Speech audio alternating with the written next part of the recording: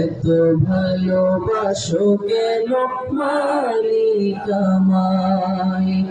আমারে কণ্ঠে তুমি তোমারি বাণী তুলেছ,